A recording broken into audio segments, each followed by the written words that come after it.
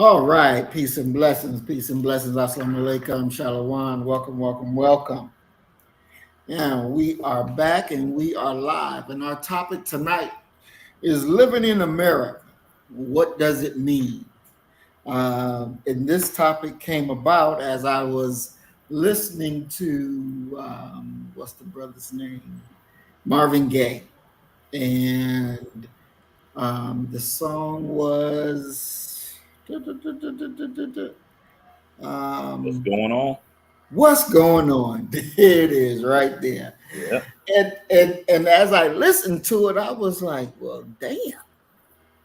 The same thing that he talking about then is the same thing that we're going through right now. Well, certainly. And the another song popped up in my mind, and I want to welcome our big brother Willie Rivers to the program. Peace and blessings, brother Willie. Brother. It's good to see you. Another song that came to my mind was James Brown, Living in America. Living in America, yeah.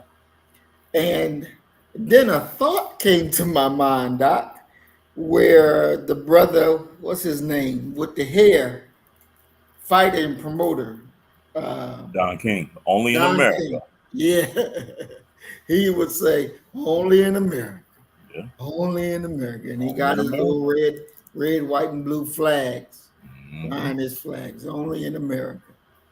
Yeah. And so I'm in this chat group with some African brothers and sisters. Oh. And they've never been to America.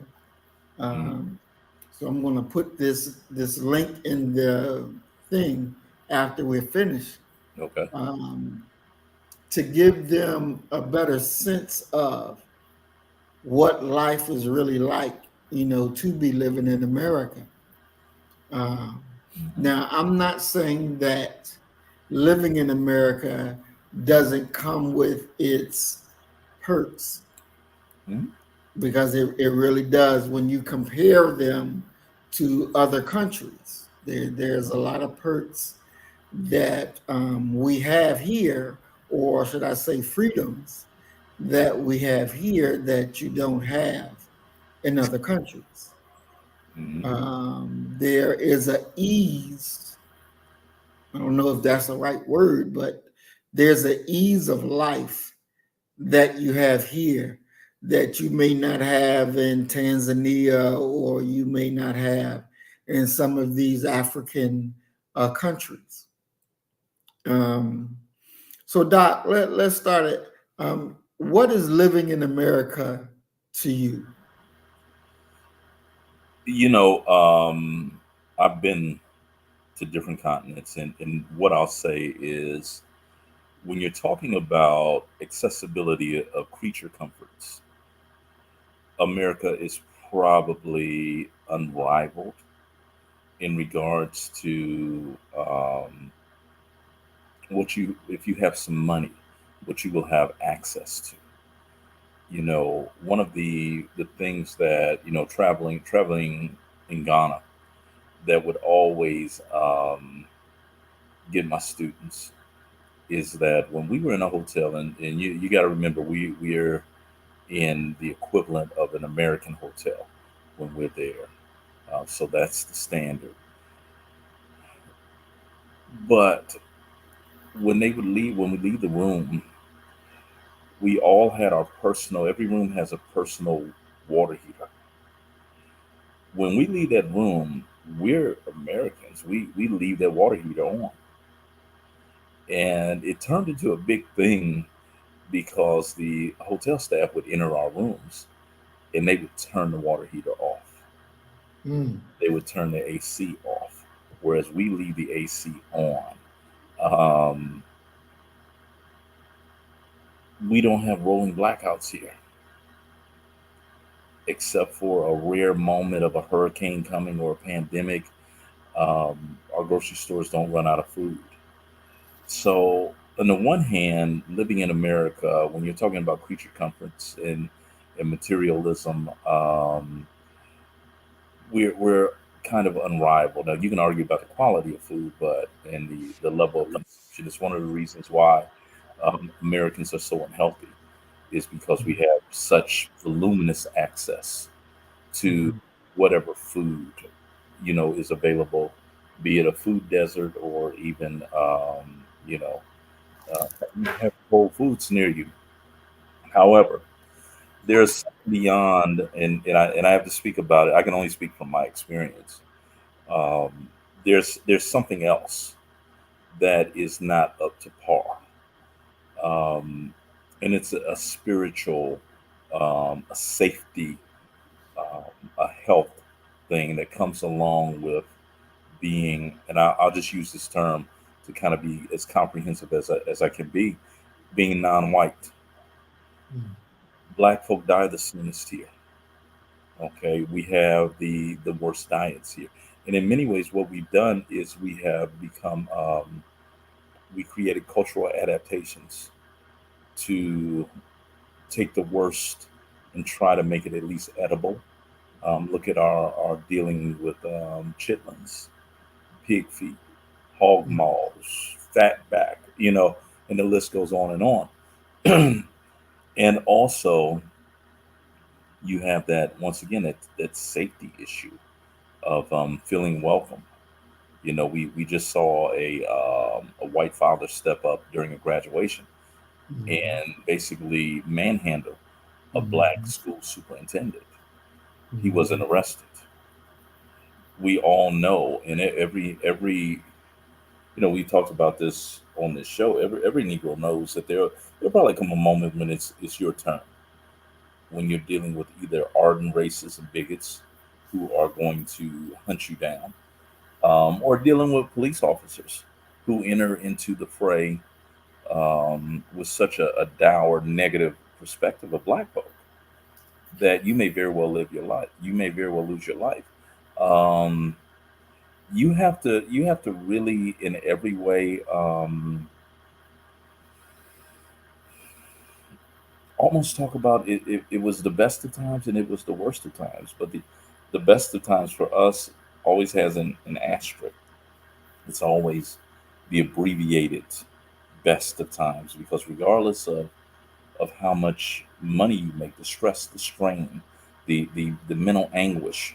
I don't know a black man alive that hasn't at some point of his life, when the police get behind him, his stomach begins to churn, tighten up.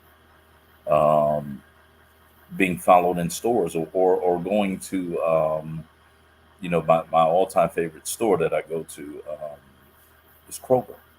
And I Mhm. know that in Kroger, when I'm in Kroger, that there will be an announcement over the intercom that says, please check application 001, blah, blah. That's their code for they think someone is in there stealing. Oh, wow. That's what it is. That's not about no damn job application. Please check job application number 001. And I've been followed so much at Kroger's that I actually know the three store security dudes, because they would appear, so often. And I'm comfortable enough with them that I would actually ask them questions. Hey man, you ever tried this? And they would say, no, no, no. And I can tell they're trying to get away, to get Mhm. back to, maybe going to watch somebody else. I'm like, man, I tried this one, but this, and after they figure out, yeah, he know who we are, you know, they don't at least they don't come in the aisle where I'm at anymore. So it's the the best of times and it's the worst of times. And I think that people who would look at us from the outside, they're they never see the mundane average life of black folk. They see the extremes. They Mm, see Rodney King and Sexy Red, or they see a Bryant Gumbel type of situation, the black leadership and what have you. So yeah, that's what living in America is for me. That just by walking to your car, your life may end. mhm. Definitely. I want to take this time to welcome Mr. Adelphi to the program. Peace and blessings, big bro. We're glad to have you. I want to welcome Twin Pyramid to the program. Peace and blessings, Twin. We're glad to have you as well. Doc, Mr. Forte said, "Hey, Doc, is food apartheid more appropriate than desert? Because there is McDonald's, Popeyes, 7-Eleven, hot dogs, but stores have chosen to pull out of these areas." Well, when we're talking about the idea of a food desert, we're talking about the availability of fresh vegetables, fresh food, and things like that. But I get your point about an apartheid, but I think it's a lot to it. One of the things that shocked me, I used to work at a grocery store, and it wasn't until I worked there that I really understood how small the profit margin is for non-national chain grocery stores. Um, they're usually barely skimming by. And so when you have a situation where you have a poor to working class community, even middle class right about now, and they're they're not making the food choices that one would expect for them to that they should make, I would say, as far as buying produce and things like that. Um, it's going to be very hard for those businesses to stay afloat and what have you. But one of the more encouraging things that I've seen here in Houston, you have several black organizations who have started kind of like these farmers markets where you can go and you can get fresh food, fresh fruit, what have you. And one of them that I know of, I would have to look up their name. Um, if you go there and you volunteer, you're able to get whatever produce that you want, fresh food that you want from them, absence of any charge and what have you. So, and then also let's be honest that when you're talking about, and this has changed swiftly, but you used to be able to piece together a dollar menu meal from a McDonald's, from a Burger King, from a Wendy's, especially a Taco Bell. Um, and there's some people I would argue that I know are so financially cash strapped that they can't afford to eat healthy. And as far as mortality goes, they can't afford to not eat healthy. So they're caught in that proverbial catch 22. Mm, excellent, excellent. We want to take time to welcome MD to the program. Peace and blessings. We're glad that you're here with us. Welcome. Um, I wanted to ask Doc, when we're dealing with the food situation, and America, from what I believe, I'm not 100% sure, but America doesn't grow much of its food here. You still have farms and stuff, but Mhm. it has become a big importer of its foods. Is that a good thing for any country to import their food or to grow their own? I mean, to answer the way I would answer that question, first, no, let me say that. But the way I would answer that question, and this takes me back to um, when I was a victim of child labor exploitation, as like a 5, 6 year old.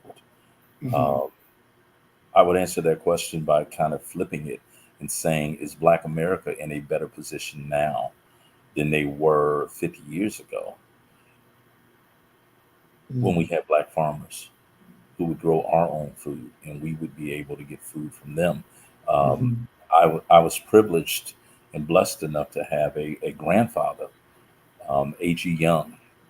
My grandfather is out of Arkansas, and he's a Southern Negro. It's just what it is. He imported that Southern backwoods life, that, and he was a hustler, and he had went to some meeting that he said he was the only Black person there. And what he Mm. learned at this meeting, because this is a man that had like 4 or 5 businesses going. He had an asphalt business. He employed pretty much our entire neighborhood.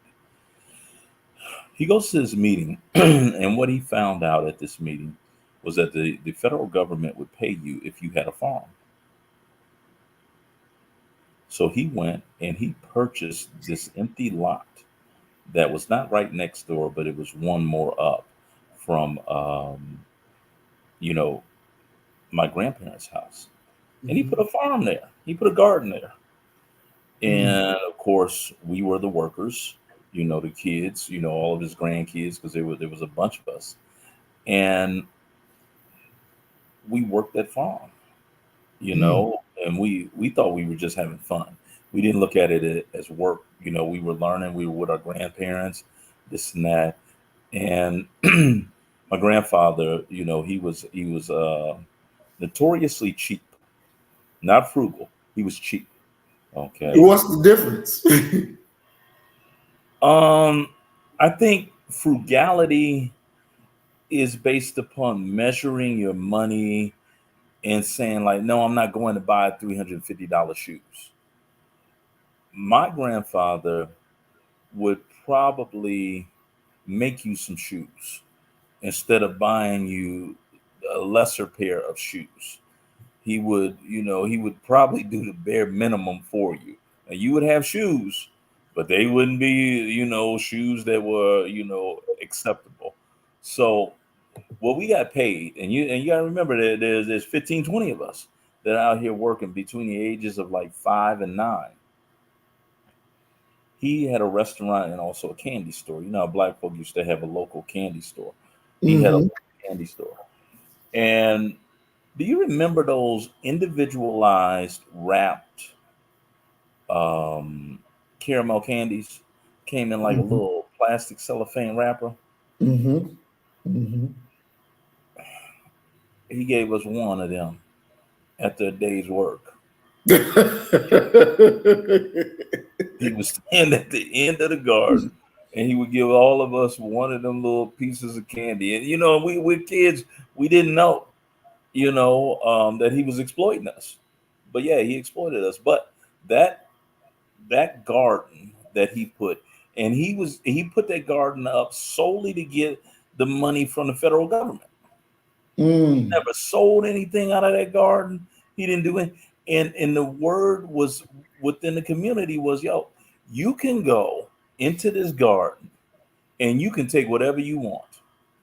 We just ask for you to be, reasonable and considerate of your neighbors.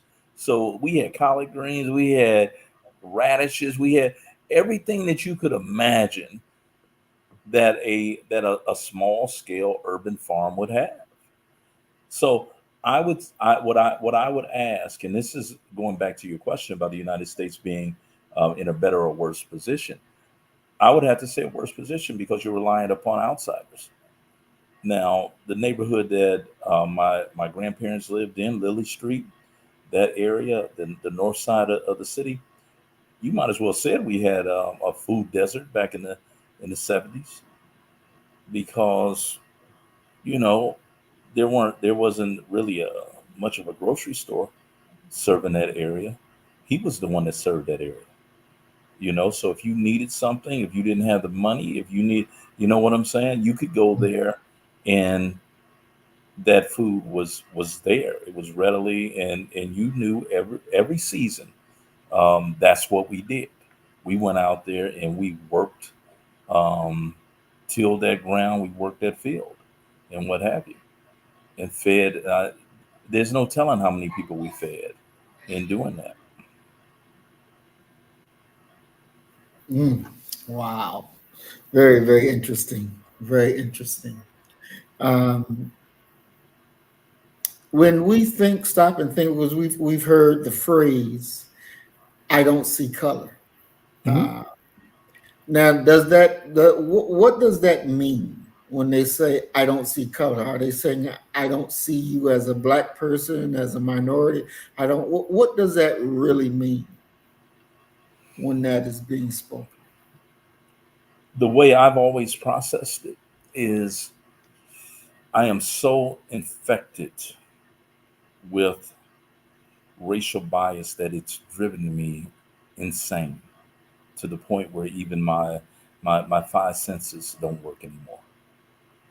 Because for you to say that you don't see color means that you're denying a major part of this individual, this person that you're looking at. I understand that they're well meaning in saying that, Mhm. but I do not see color is markedly different from saying I don't ascribe negative characteristics to black folk or to Mexicans or to Chinese. The denial of race, the denial of physical attributes means that you're in la la land, man. It's just what it is. You're in la la land. There's no truth to it. Um, you do see color, and I've dealt with this often, and I'll ask people, well, you know what?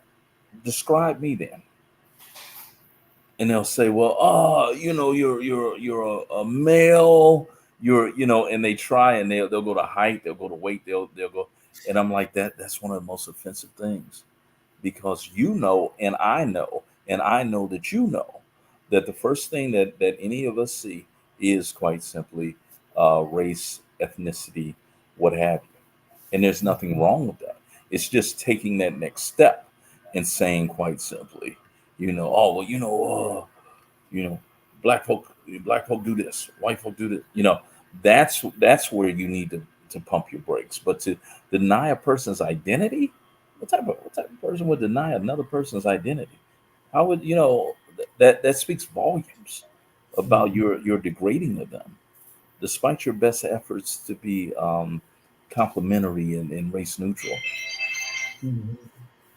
Definitely. Um, in different countries like over there in Britain, and Okay. they're dealing with their influx of immigrants that's coming in.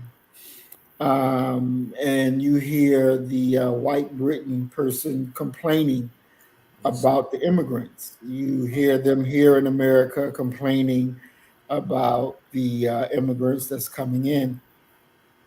Um, and they've even started saying that there will be a civil war between the immigrants and Black Chicagoans.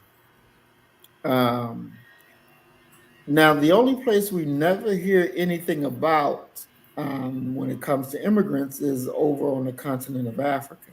Hmm. Um, you've been there.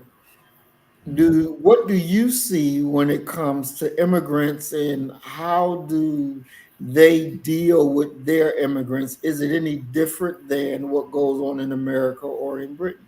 Well, let's be clear that and it takes us back to that old adage of if a tree falls in the woods and there's no one there to hear it, does it make a sound?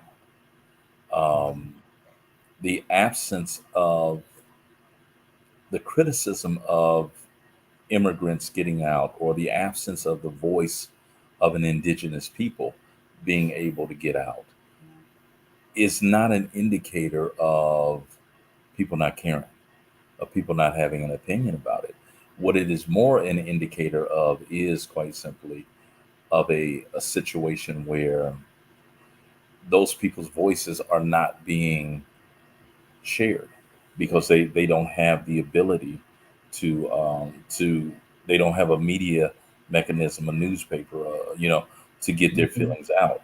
Um, think about it this way, and I always applaud the Nation of Islam for this.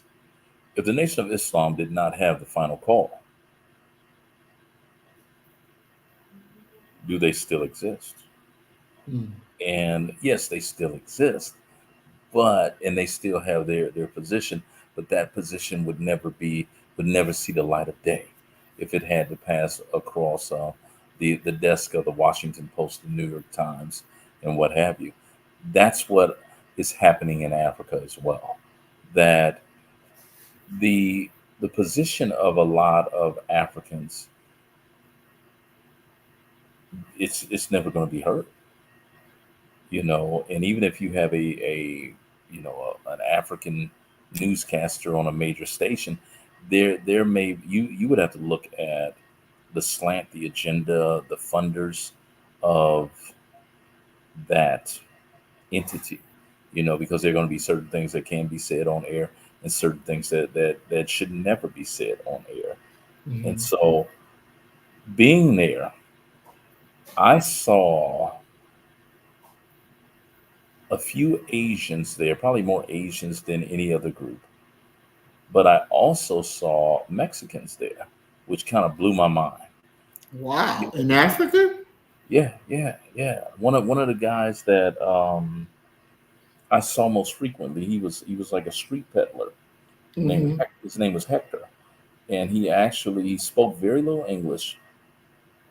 And when he came up to me, his introduction to me, he lifted up his shirt to show Hmm. me a tattoo, and he had the tattoo of the Wu Tang Clan on his arm. And Mm. he approached me with Wu Tang, Wu Tang, Wu Tang. Then he tried to sell me some stuff after he had Mm. done that. But what you're and as I think back on it, because I have to place myself in the realm of a foreigner when I'm there, because that's really what I am historically and Hmm. culturally. Um,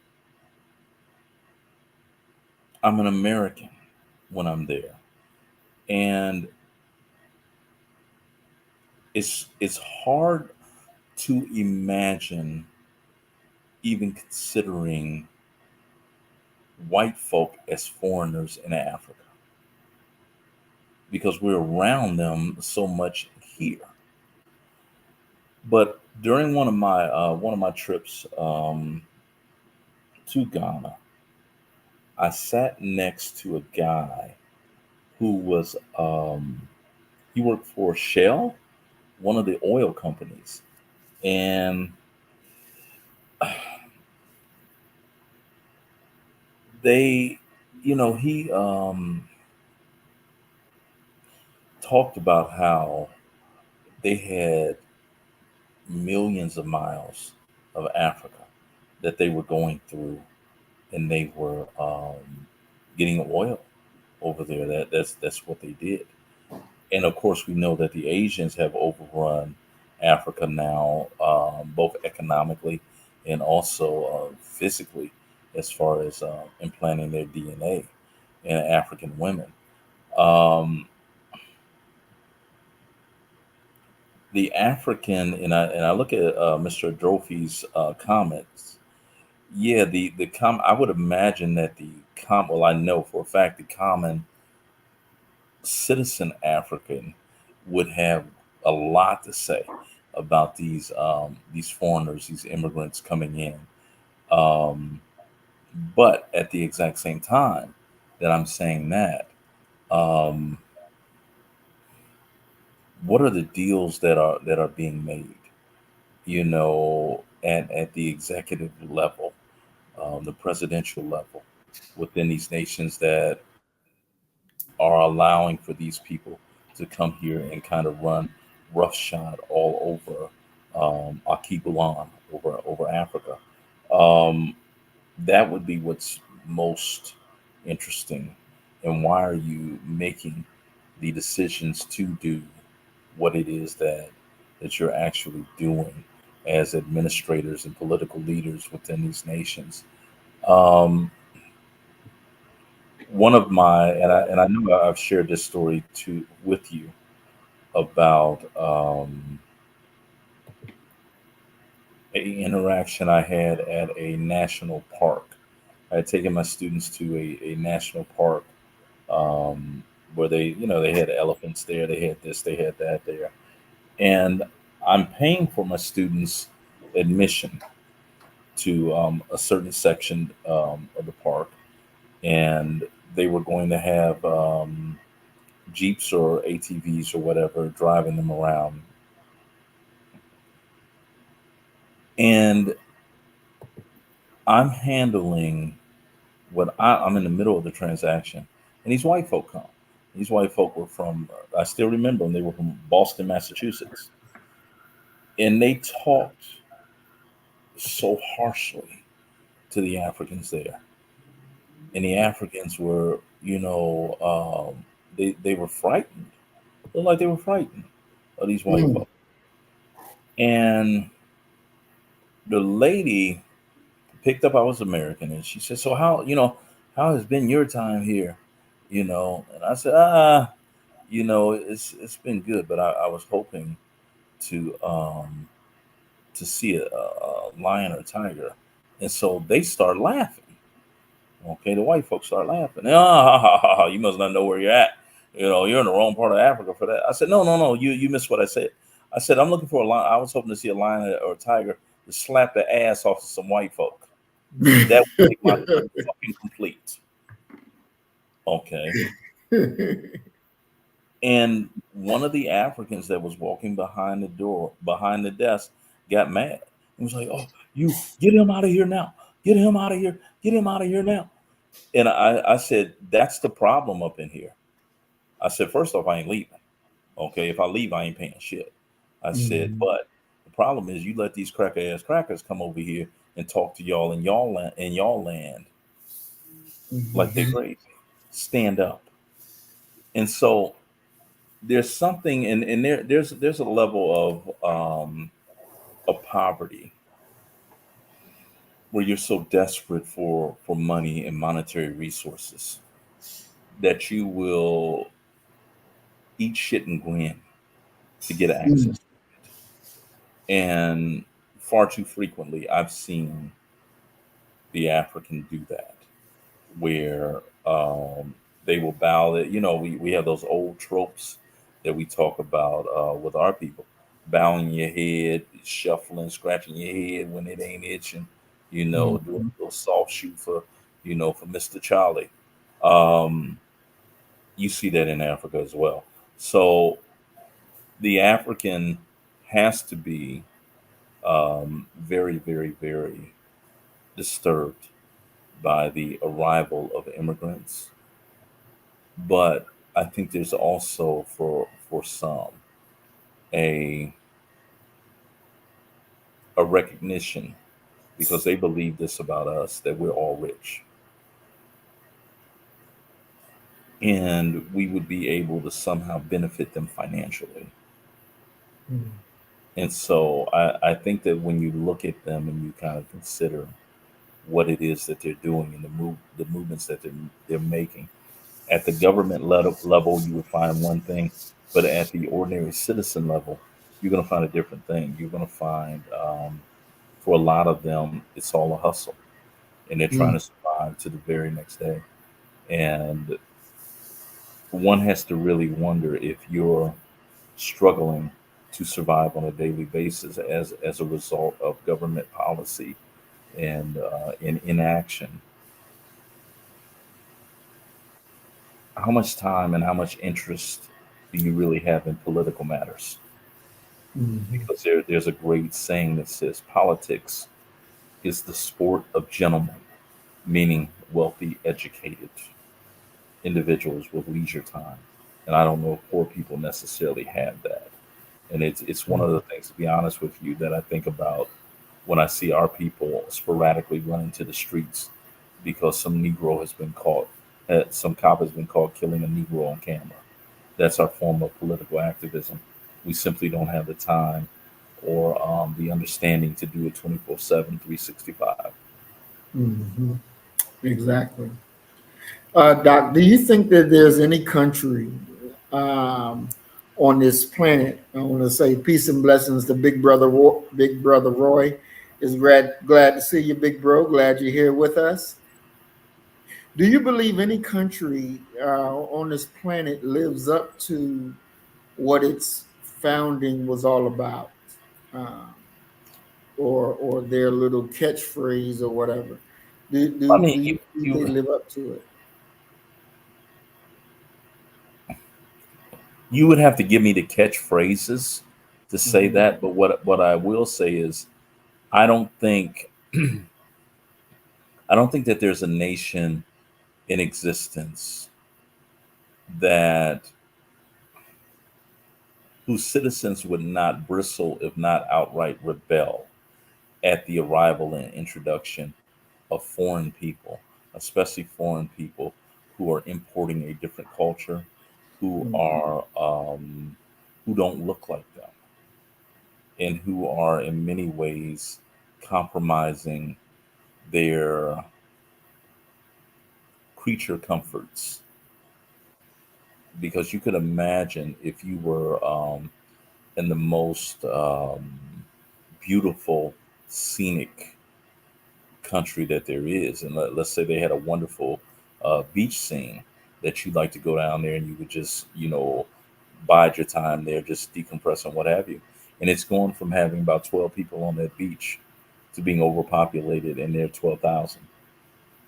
Well, Mhm. now the beach ain't the same.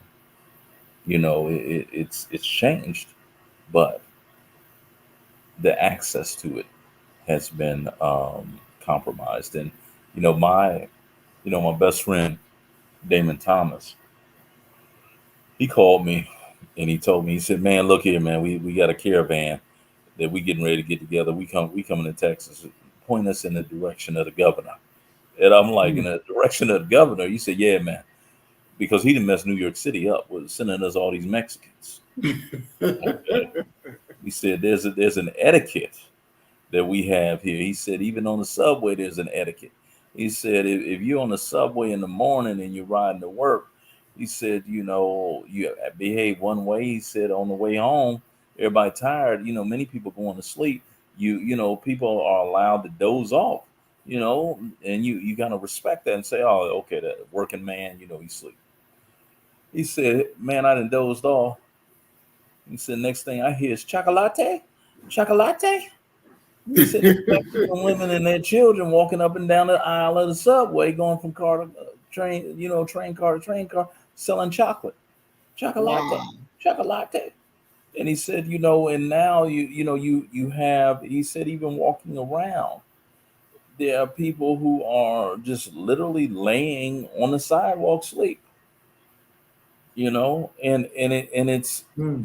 when those creature comforts are compromised and people's lives have been changed, you're gonna have a problem. And one thing that history, economic history, and history in general tells us is that there is a relationship between an inverse relationship between a increase in economic struggle and a decrease in welcoming of strangers, of civility. That when people's pockets are tight, they get real funky about some things that they normally wouldn't. Hmm. Interesting. Let's look at the phrase, Doc, land of the free, home of the brave. Hmm? What does that really mean? That means that this is, from its very beginning, that this is the a white man's land. This is in many ways the white man's birthright. You're talking about William, Monroe, the Monroe Doctrine. The idea that manifest destiny, that God gave them this land to do with what it is that they want to do with. So this is the land of the free and the home of the brave. If you operated from the perspective of a George Washington, a Jefferson, the true founding fathers of this nation, it took unconscionable bravery to fight against the Rome of its day, the British Empire. Okay, and they were able to extract their freedom. And one of the things that we rarely talk about is that they're still fighting for that freedom. That's what Trump's movement is about. That's what Make America Great Again is about. They are living in the land of the free and the home of the brave. Now, when you expand that to start including other folk, that's when you run into trouble. Okay, Mm, because just as you know, whites would say, "Well, this land of the free, home of the brave." I always lean on Du Bois's perspective when he was leaving to become an expatriate. He leaves, he heads to Accra, Ghana, and he never comes back. mm-hmm, Um, Du Bois's last words, according to reporters on this soil, was, he believes that America is the land of the thief and the home of the slave, mm, and that's the black version. mm. That's looking through our lens of what Right. this nation actually is. So two things can be correct can be right at the same time. You Mhm, know, from their perspective, yeah, this is the land, and they have every right to believe that because it benefits them in the immediate and in the long term. That is their story. That's the story that they're going to teach their children. Okay, it's akin to talking about how great grandpa killed a bear, and now this land right here is ours. It's been a part of the Wilshaw family since then. It's a made up story, but if you repeat it long enough, people are going to believe it. So mm, I have no problem with the land of the free, the home of the brave, because from the white lens, and I've looked at this nation through every lens possible, that's an apt discussion of description of what this place is. But it only extends to white and wealthy. Now, if you ain't white, it don't extend to you at all. And if you're white and middle class or working class, I don't see how you could get down with that, because you feel as if one day your ship gonna come in. It ain't never gonna happen, but one day if your ship do come in, you also can be great and grand in this lane. mm. Awesome, awesome. I want to welcome in Brother Robert Epps to the program. Peace and blessing, Brother Robert. We're glad that you're here. Brother Robert said it's the land of the freaks and home of the slave, but not for much longer. Um, and I know you said, Doc, that land of the free and home of the brave could not apply to um, people that's not white. What would you say? How would you sum it up for Black people then in the present day and time? What would it be? Would it still be what the boy said it is, or would it be something different today?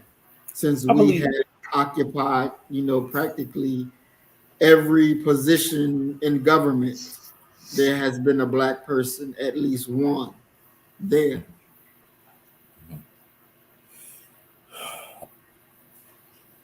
I'm still with the boys, because the thing is that if you're black and you're able to really seriously, in your heart of hearts, consider this place your home, with all that you and your ancestors have been through, they got you. You are what we term white-minded, and there's no way of saving white-minded black folk here. There's no way of saving Negropeans from around the globe. They got your mind. They've taken your heart. And in many ways, if you do not know, that's hard to believe in it, and it's a shame. That's one thing. But the other thing that we have to talk about is if you do know that you've proven to be cowardly and decided, and it's that great moment in Public Enemy, um, Public Enemy album. I want to say it was the song was "Rebel Without a Pause," and they had a brother who, and you told me his name. It's not Minister Farrakhan, who opens up that song, and he said, the truth of it is that you would rather switch than to fight. Well, we got a bunch who have switched. They've betrayed um, black folk, and they are not only fighting for the nation state of America, they're fighting for the further stabilization of individuals who have in every way exploited black folk historically. That's treasonous. Wow. And my perspective, and this is the only way.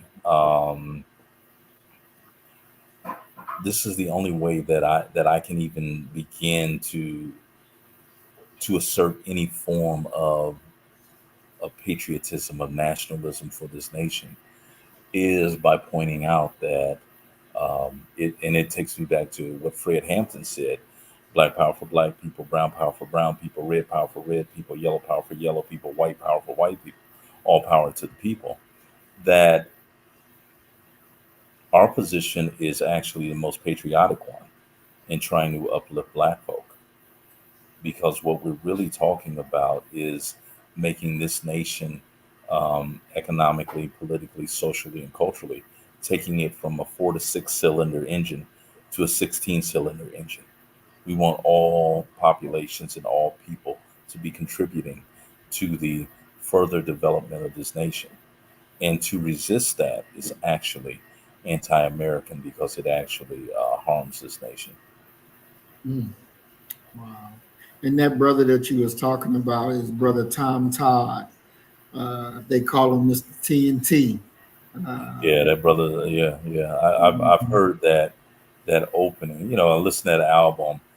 It takes a nation of millions to hold us back. I listen to that album. Probably 50 mhm. times a year. Right. Uh, and the brother was, you would rather switch than to Yeah, fight. funny. Yeah, yeah. And I'm like, and there's something to be said for that. But Mhm, it's Chris Rock said this from stage once. I'm sure it was Chris Rock. He said being black in America is like having a rich uncle who pays for your college, but he molested you. mm,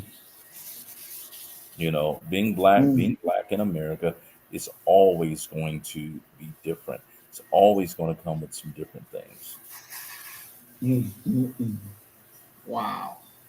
Yeah. So Brother Roy says, will you speak on the BRICS nation and the decline of the petrodollar this week? No, no. I'm at a loss for what he's actually asking me about. Well, the BRICS nations, Brazil, Russia, India, China, Hmm. they're coming together and that they're going to stop buying oil in American money and start using their own currency. Now we know that the dollar is tied to oil, and all of the countries are supposed to buy their oil using America's money. But since they have effectively killed that, um, that's going to be a very hard day for America's dollar, since it's tied to that, and it ain't tied to nothing else. These crackers in trouble. Well, let me look at it from this perspective. Um, I always say that race is the tie. It's a inextricable link. It's one of the reasons why you see black folk in bonnets acting a fool in the store. Um, Respectable black folk cringe, because in some way, somehow, that's going to impact them. Hmm. Are we not inextricably tied to Hmm. the to the fortunes, to the economics of white folk. That's where my concern would come in, and Mhm. that's what that's what I'm looking at. If I'm looking at anything, if white folk go down, what does that mean for Black Americans? Mhm. Yeah, it's as they say, if white people got the cold, we got the flu. Yeah, yeah. Ross Perot Mm-hmm. said that. He said, yeah, you got pneumonia. Hmm. Yeah, Exactly, and exactly. that's the question. And you kind of, and it takes me back to the idea of being abroad and being an American, that there isn't a filtering process that goes on when they're able to, when there's some harm that can be done to this nation. Will there be quote unquote blood over the door of Black folk, or will we receive the same treatment that Hmm. white folk have received? Hmm. Very, very, very interesting. And so those countries, um, Brazil, Russia, India, China, and South Africa. That's where you get the S for BRICS. Hmm. They've come together to change the political and economic power of wealthier nations Hmm. in North America and Western Europe. So it's very interesting what's going on right now, because definitely when it was amazing to me as well, Brother Roy, when I noticed that mainstream media are not talking about it. They're not blasting about it. They're acting like the shit ain't even happening. When in reality, it's really going down. They're really doing a change of power. And this is one reason why America is switching to the digital currency. And they're going to try to do their little tricks to maintain power, but they're losing it. China sold over $53 billion in American debt that it was holding. And another country sold at least $7 billion of America's debt. So there's definitely changes that are here, but for whatever reason, the media is keeping it very silent.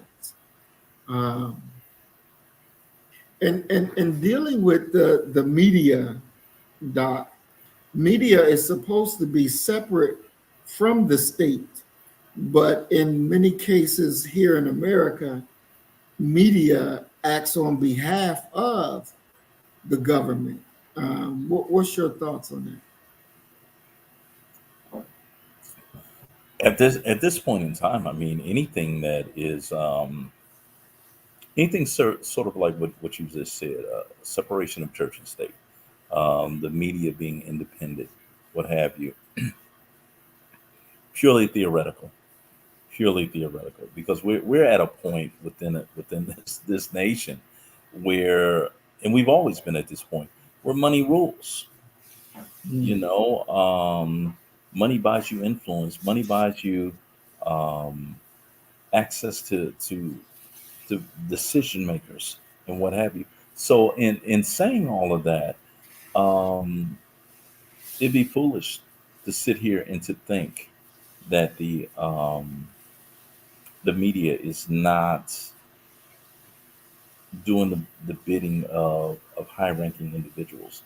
It reminds me of guy was making this point to me, and he said, "Listen, you can pretty much tell where a person gets their information from, be it MSNBC, CNN, or on the other side you got Fox." And he challenged me. He said, "What I would like for you to do to understand my perspective is to watch Fox and Fox exclusively for 2 months." I tried, okay, and what I ultimately wound up with understanding, and I think that this was his point, his large point. These people are not necessarily bad people, but they're operating off of the information that they have available to them, and they're forming their conclusions based upon that, and they have their own personal agenda and what they hope to have happen and what have you. But the picture is not full. Kind of like the thing that you're talking about right now. Um, we're dealing with a a media in a world that is so connected and so busy. There's so much information that one can get off of that phone. But if the information is not put out there, you don't even know where to look. You don't know what you don't know. Okay, you can't investigate what you and people who advance these things, like what you guys are talking about right now. For people who've never heard of anything like that, anything of the sort, they look at you as kooks and as nuts. And really, all it is that you have more information than they do. You have information sources that they can't even begin to comprehend. Now they can be lockstep with you, agreeing with you, if they had the access to the same stuff, if they knew where to look, if they knew, what was going on in other parts of the world. But until you get them there, you're going to always be swimming upstream because they're going to look at you. Here you come with this conspiracy stuff. Okay, so the media and what it is, because really what you're talking about when you talk about news, we ought to use a different word for news.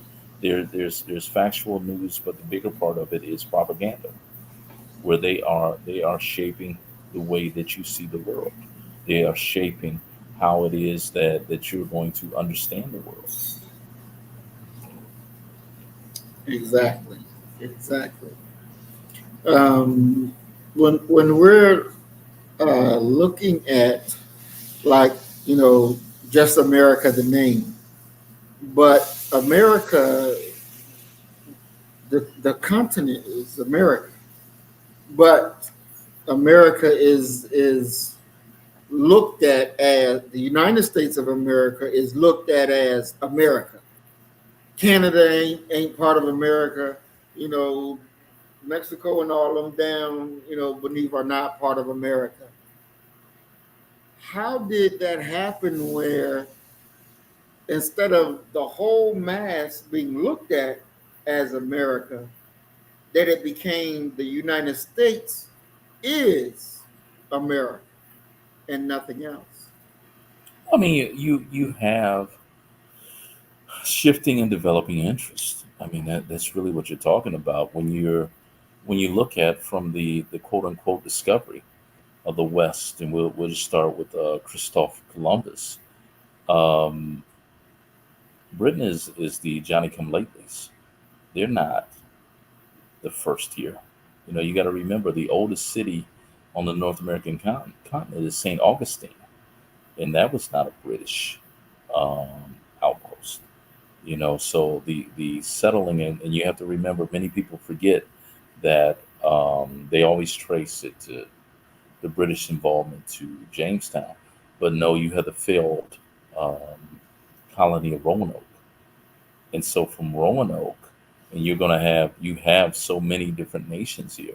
Look at Louisiana. You're talking about having the French there. The Louisiana Purchase.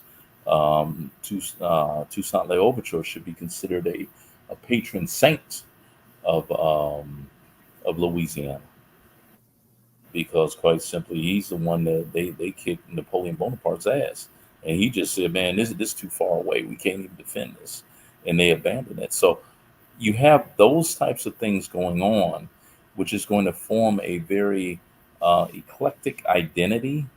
Um, of this loose group of individuals that are going to eventually fall under the idea of manifest destiny, push themselves all the way from the East Coast to the West Coast. But you're also going to have to look at it from a standpoint of Britain wins, and a part of the a major portion of why Britain actually wins is the importation of persons of African descent, the stealing of enslaved individuals. It's going to enrich um, this continent, this particular region of this continent, in ways that they couldn't have even considered.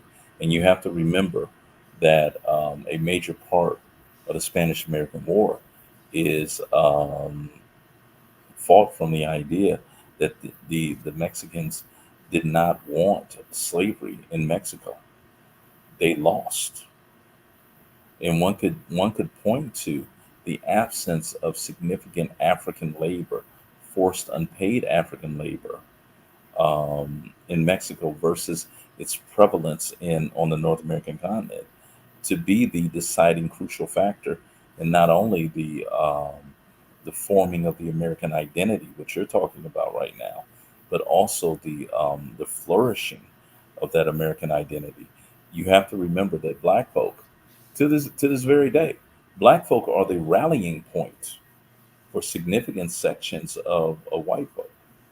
You know, if you want white folk to come together, create a race issue. You know, they're using it the same type of thing with people of color, Mexicans, Guatemalans, and what have. Just let Trump get up and say, well, they only white. White folk will go get their guns and they'll be ready. We are in many ways the original glue that tied a very loose, undefined white identity together. It's what Malcolm was talking about when he said that when these European immigrants come here, the new immigrants come here, and they pass through Ellis Island, he said the first English word they learn is nigger, Right. because it's going to be the hatred of us that they rally around. Because to be honest with you, they really don't have anything else in common. Okay, you could never have imagined that Brits and the Irish would ever be able to get their head together about anything. Well, they did about hating some niggas, and that's how you're gonna. That's a major part of forging the American identity. You know, hatred of black folk. We are the other that binds them together. Wow. I want to look at Mr. Dofi say the media better not say anything that will cause a panic. Panic causes stock market and industries to crash. Everything blows up. Remember those fools hoarding toilet paper.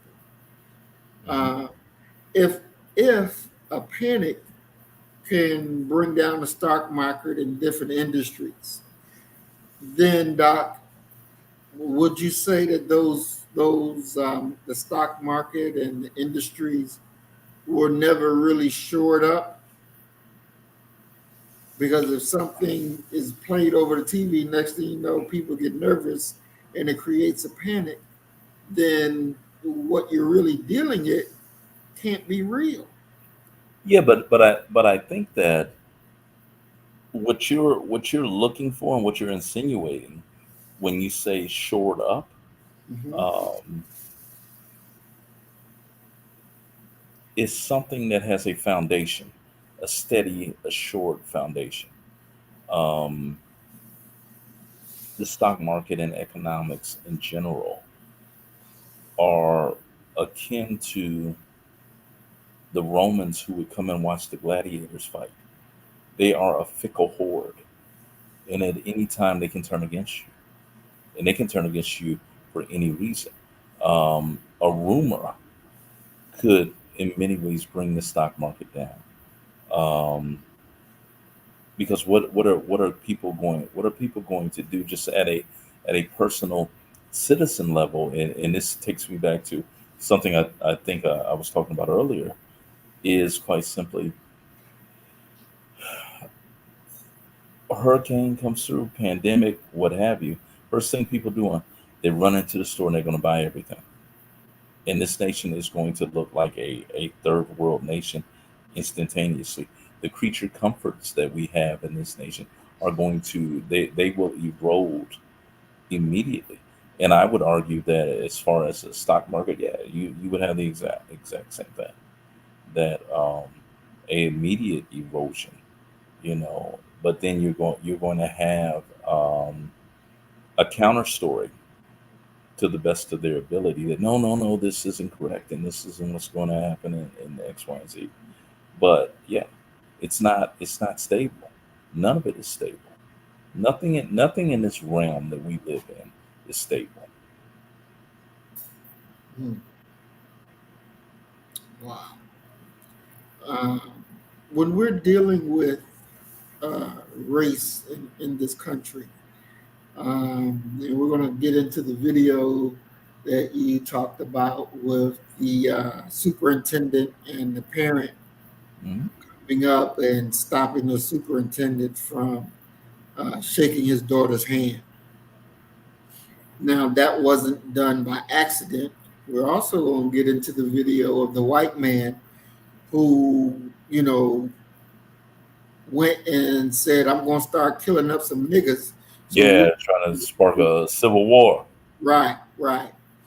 And we're going to get into those videos. But before we get there, even with the election of Barack Obama and Kamala Harris as the vice president, you had Colin Powell, Secretary of State, then Condoleezza Rice, Secretary of State. Um, in every political office, there was at least one black person there at some point in time. Mhm.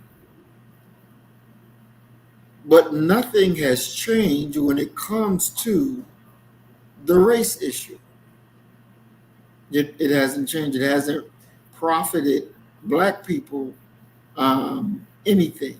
It hasn't improved race relations. It hadn't made black people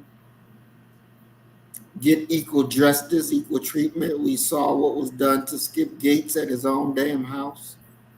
And, it's to the point where these little ignorant crackers have more authority, more power than rich black people. Mhm. Um, and that's problematic. Now, these little crackers, they don't have more power than rich crackers because Mhm. that rich cracker will put that poor cracker in his place real quick. Mhm. Now, that goes to the creation of this country, that it never meant freedom for black people. How do you at this time in 2024, looking at the stories we're about to go in, do something that's going to get us a different outcome?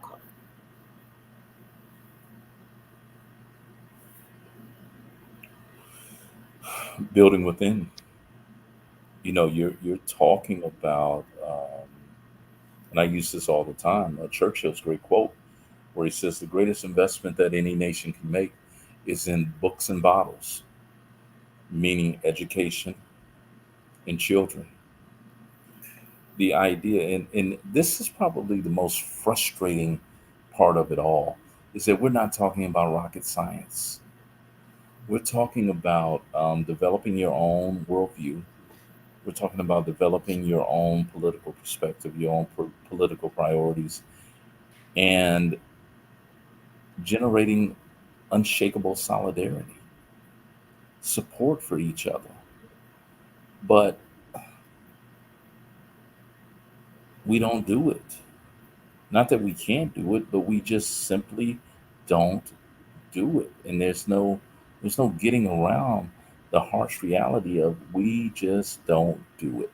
There are these opponents, there are these obstacles, X, Y, and Z, but there is nothing that precludes you from doing what it is that the basics that you should do. Um, our people have gotten to the point where I have a cousin who has she's doing this podcast thing where, her and her husband are doing, doing their thing and she put up a show yesterday, and I just happened to catch it. It popped up on my feed, and I looked at it, and there wasn't even a single like. Mm. So I just paused and hit like and saved it to watch it for later.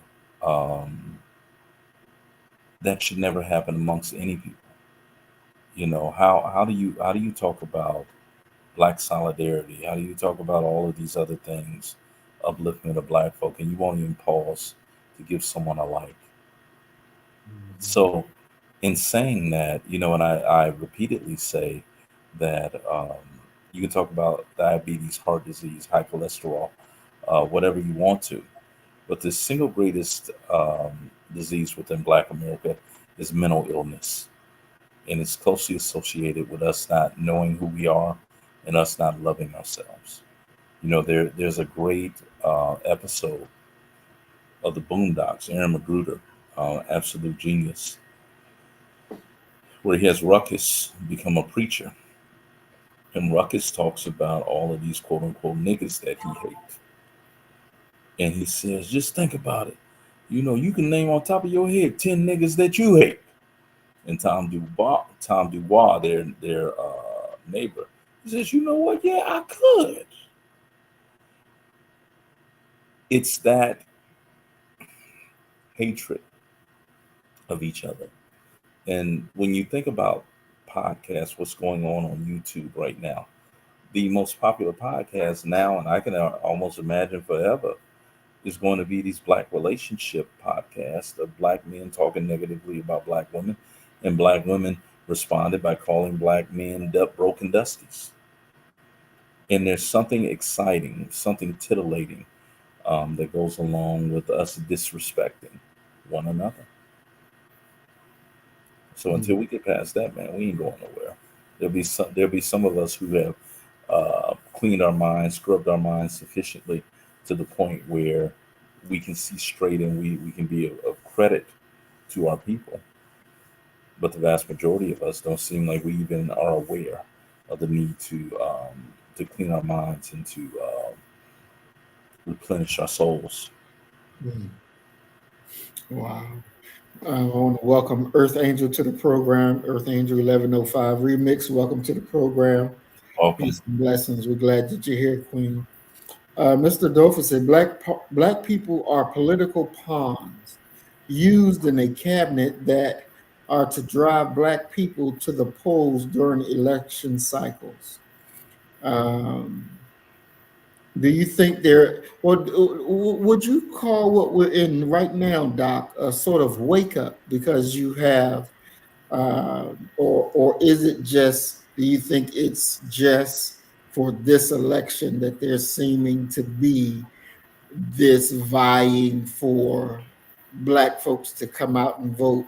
You see black folks talking negatively. I ain't voting for Biden, and they talking about voting for Trump. Even Charlemagne the God is out here saying, well, Biden didn't do what he was supposed to do, this, that, and the other thing. Are we at a new level, or are we at the same old bullshit? It's just a different day.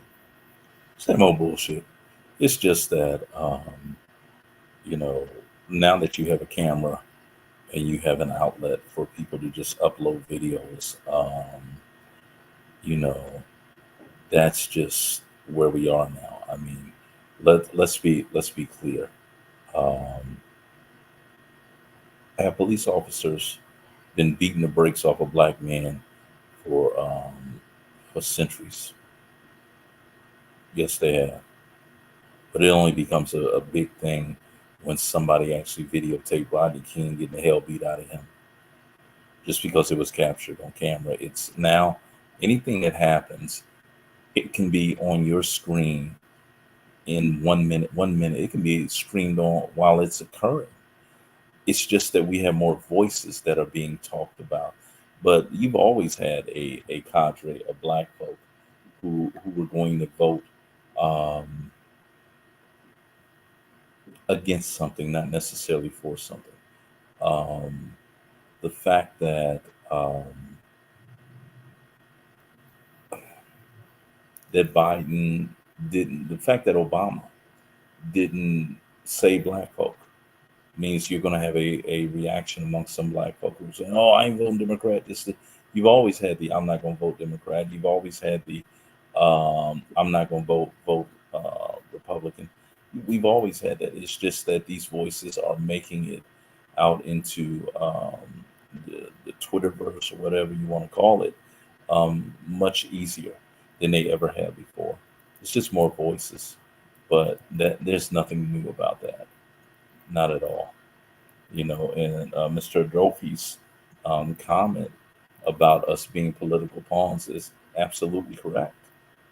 Because who you gonna vote for? You know, you are in many ways and in every way devoid and absence of black political leadership.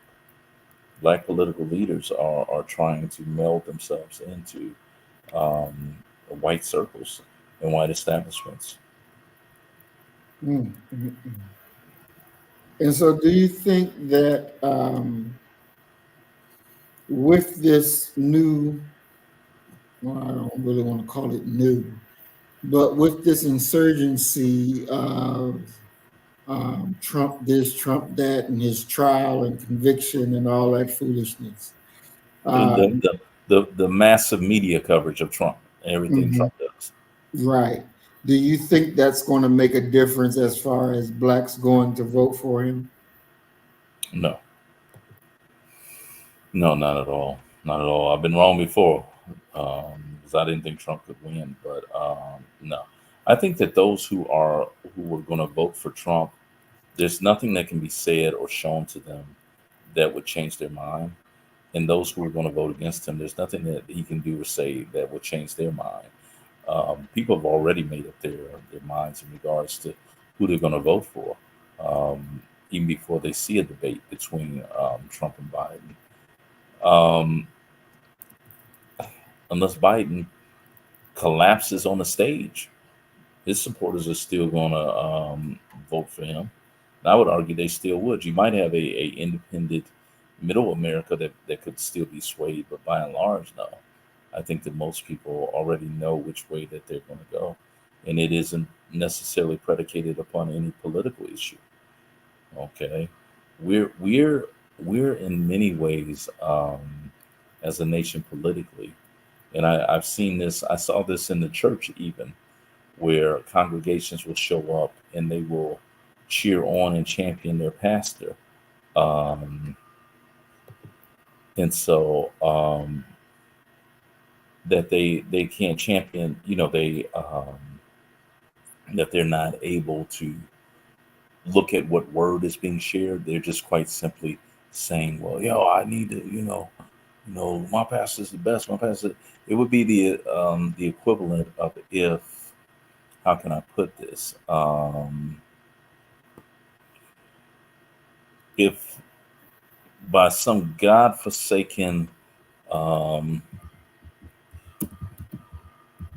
some godforsaken way, I'm sorry as Philadelphia Eagles, if they want to make it to the NFC Championship game and they were going to play against America's team, the chosen ones from God.